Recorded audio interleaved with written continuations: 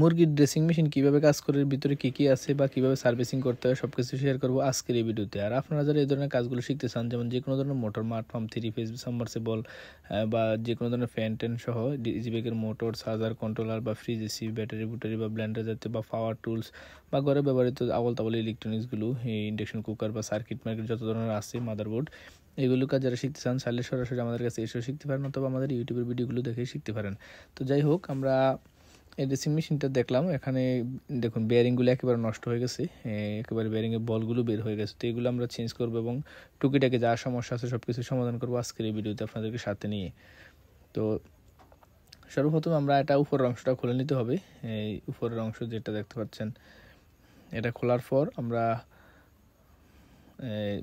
নিচের অংশটা খুলবো। এখানে 4টি নাট দিয়ে আটকানো ছিল, তো এর উপরের যে বড় নাট, এই নাটটা খুলতে হবে।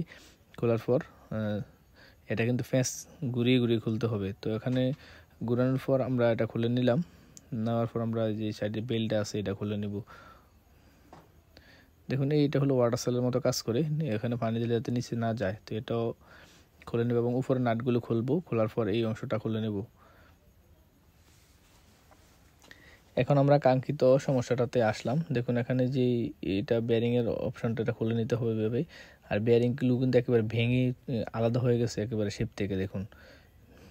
তো এখানে এই যে অংশটাও নষ্ট হয়ে গেছে, এটা আমরা চেঞ্জ করে দিব, নতুন লোহা দিয়ে দিব। এখানে কেটে নিতে হবে, কেটে এটা খুলতে হবে এটা। আর এর ভিতরে তেমন বেশি কিছু নেই, এগুলো কিন্তু কোনো কোম্পানি বানায় না। সাধারণত যারা ওয়ার্কশপ মিস্ত্রি বা লেদ মিস্ত্রি তারা চাইলে এগুলো বানাতে পারেন। আর যদি আপনার ওয়ার্কশপ মানে টুকিটাকি ধারণা থাকে ইলেকট্রনিক্স সম্পর্কে, এগুলো আপনি নিজে বানাতে পারবেন, কোনো সমস্যা নেই, সিম্পল জিনিস একেবারে।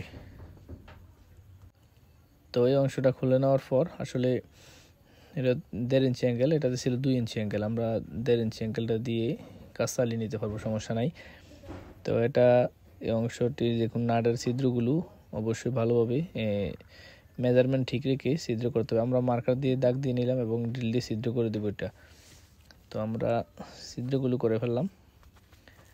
তো করার পর এখানে দেখুন বেয়ারিংয়ের অর্ধেকটা অংশ এখানে লেগে আছে আর অর্ধেকটা শেপের মধ্যে আছে। তো এটা খোলার জন্য সহজ পদ্ধতি হলো, দেখুন সেনা দিয়ে এইভাবে বাড়ি দিতে হবে, এছাড়া আর অন্য কোনো পদ্ধতি নেই এটা খোলার। পদ্ধতি থাকলেও একটু ঝামেলা, অনেক যন্ত্রপাতি লাগে।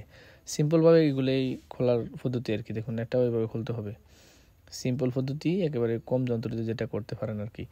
তো এটা খুলে নিলাম। এখানে আমরা বেয়ারিংটা নষ্ট হওয়ার একমাত্র কারণ হলো এখানে ফানি ফোরে নষ্ট হয়ে গেছিলো। তো ফানি যাতে আবার ফোরলেও যাতে বেয়ারিংয়ে ফানি স্পর্শ করতে না পারে, এই জন্য আমরা এই রিক্সা বা ভ্যানের এই টিউব কেটে একটা ওয়াটার সেল হিসেবে বানিয়ে দিলাম। এটা ওয়াটার সেল হিসেবে কাজ করবে। দেখুন এখানে বেয়ারিংটা লাগালে আর কিন্তু ফানি এখানে আসতে পারবে না, এখানে পড়বে না, তার মানে এটা লংজিভিটি পাবে। তো এখান থেকে আমরা শিপ থেকে বেয়ারিংয়ের অর্ধেকটা অংশ খুলে নেব। দেখুন এখানে অর্ধেকটা লেগে রয়েছে বেয়ারিং। তো এটা আমরা খোলার পদ্ধতি সেম পদ্ধতি, এভাবে খুলে নিলাম। তো খোলার পর এখন আমরা এই শেপের মধ্যে বেয়ারিং লাগিয়ে দিলাম। এখানে 41 নম্বর বেল এবং 40 নম্বর বেল, এখানে 41 নম্বর বেল লাগে, আমি 40 নম্বর দুইটা দিয়েছি এবং 41 নম্বর দুইটা দিয়েছি, কারণ 41 নম্বরগুলো অনেক সময় সেট আপ হয় না, আর এখানে মোটর অ্যাডজাস্ট করার মতো এদিক সেদিক নেওয়ার মতো জায়গা নাই। তো যদি 40 নম্বর লুজ হয়ে যায়, 41 লুজ হয়ে গেলে কিন্তু আমরা 40 নম্বর দিয়ে মোটরটাকে একটু ওয়াশার দিয়ে উপরে তুলে দিব, অর্থাৎ ফুলির কাছাকাছি দিক দিয়ে নিয়ে দুটো একত্র করে দিলেই এটা 40 নম্বরে কাজ করবে। তো বেয়ারিং এখানে একটা লাগাতে হবে, 62 ফার্স্ট বেয়ারিং। 40 নম্বর বেল লাগানোর উদ্দেশ্য হলো যদি বেল লুজ হয়ে যায় তাহলে কিন্তু আমরা 40 নম্বরটা ইউজ করতে পারবো। এই মোটরের যে জায়গায় ফিটিং করা আছে বুটির মধ্যে, এর নিচ দিয়ে দুইটা ওয়াশার দিয়ে দিলে 40 নম্বরে বেলে কাজ করবে। এই জন্য সেফটি হিসেবে এখানে দুইটা বেল লাগে, আমরা 4টা রাখলাম। আর মেশিনগুলো অনেক ওজন হয়, এগুলো এক জায়গা থেকে আরেক জায়গায় নেওয়া কঠিন, এই জন্য সেফটি হিসেবে বেল একেবারে দিয়ে রাখছি। আর এখানে আমরা নাটগুলো লাগিয়ে দিব। আগে নাট লাগাতে হবে, কারণ যাতে পরে জ্বালাই করব, এটা একটু বাঁকা করেও হলেও সমস্যা নাই। দেখুন এখানে ওয়াটার সেলের মতো করে একটা দিয়ে দিচ্ছি, যাতে এখানেও বেয়ারিংয়ে পানি পড়তে না পারে। যদিও এখানে আমরা যেভাবে এটা লাগাবো এদিক দিয়ে পানি পড়ার সম্ভাবনা থাকবে না, আমরা ওয়াটার সেলটা ভালোভাবে লাগিয়ে দিব। আগে যে লোক কাজ করছিল বা এটা একবার সেট আপ করছিল, সে কিন্তু ওয়াটার সেলটা ভালোভাবে লাগায় নাই। তো আমরা ওয়াটার সেলটা লাগিয়ে মধ্যে দিয়ে একটা বেয়ারিং যে ভেঙে অর্ধেকটা বেয়ারিং আসছিল, সেগুলোর মধ্যে এই বেয়ারিংয়ের অংশটা এখানে ঢুকিয়ে দিলাম। এই দেখুন এটা এই যে ফাঁকা জায়গাটা এটা চাপ দিয়ে রাখবে এখন, আগে কিন্তু এটা চাপ দেওয়া ছিল না, পানি ডাললে জন্য ভিতরের দিকে পানি পড়ে যেত, লাগিয়ে দিলাম। আর এই নিচের দিক থেকে যে ময়লাগুলো বালতিতে ফেলে দেয়, এই জন্য এই অংশগুলো তো একটা উল্টা লাগানো ছিল, এটা আমরা ভাগ করে দিলাম। এটা আপনাদেরকে দেখিয়ে দিলাম। এই রাবারগুলো এগুলো অনেক সফট, একেবারে সফট রাবার। তো এই বেলটা আমরা এই রাবারগুলো নিচের দিকে দিয়ে দিলাম এক সিরিয়ালে, যাতে ঘুরানোর সময় এই নিচের ময়লাগুলো ওইখানে পড়ে যায়। তো এগুলো আসলে খুব সিম্পল মেকানিজম, এই মেকানিক্যাল কাজ সোজা সিম্পল। দেখুন এই অংশগুলো এখান দিয়ে ঘোরার সময় এই ময়লাগুলো ফেলে দিবে আর কি। তো এখানে আমরা নিচের অংশের কাজটা শেষ।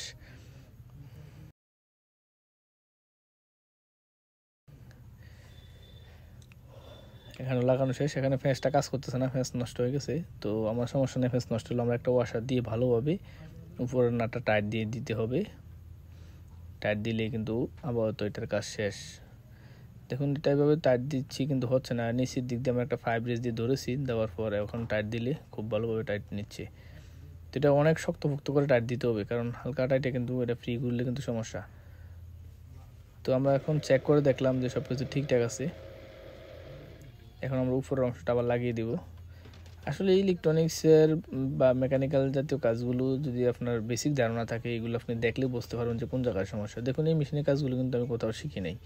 আর অনেকে বুঝতে চায় না যে মোটর হলো আসল কাজ, মোটর ফ্যান এই কাজগুলো যদি আপনি জানেন, দুনিয়ার ইলেকট্রনিক্স জগতের আপনি 50% কাজগুলো শিখতে পারবেন, মানে করতে পারবেন বড় ধরনের মেশিন টেশিনগুলো। আর কাজ করে কিন্তু বড় ধরনের মেশিন টেশিনে কাজ করলে কিছু টুকিটাকি বিল করা যায়, কিন্তু টুকিটাকি জিনিস ঠিক করলে তার তেমন বিল করা যায় না। তো এখানে এটা আমরা লাগিয়ে দিচ্ছি। আমি যে বাজারে থাকি এটা প্রায় 1-1.5 কিলোমিটার মতো লম্বা। এখানে কিন্তু কেউ এই কাজগুলো করে না, আমি করি ইলেকট্রনিক্সের কাজ, আমার এনে দিছে এটা বলে আমি করে দিতে হয়। তো করে দেওয়ার জন্য আনছে। যাই হোক, এটা আমরা সম্পূর্ণরূপে কমপ্লিট করলাম, যে আলহামদুলিল্লাহ কাজটা সম্পূর্ণরূপে সুন্দরভাবে হয়েছে। এই রাবারগুলো যেগুলো বাকি আছে এগুলো আলাদা করে লাগিয়ে দিতে হবে। আর আপনারা যারা এই ধরনের কাজগুলো শিখতে চান বা ইলেকট্রনিক্স জগতে রাজত্ব করতে চান, অবশ্যই আমাদের সাথে থাকুন। আর চাইলে সরাসরি আমাদের কাছে এসে শিখতে পারেন। এতক্ষণ আমাদের সাথে থাকার জন্য ধন্যবাদ। Thank you for watching this video.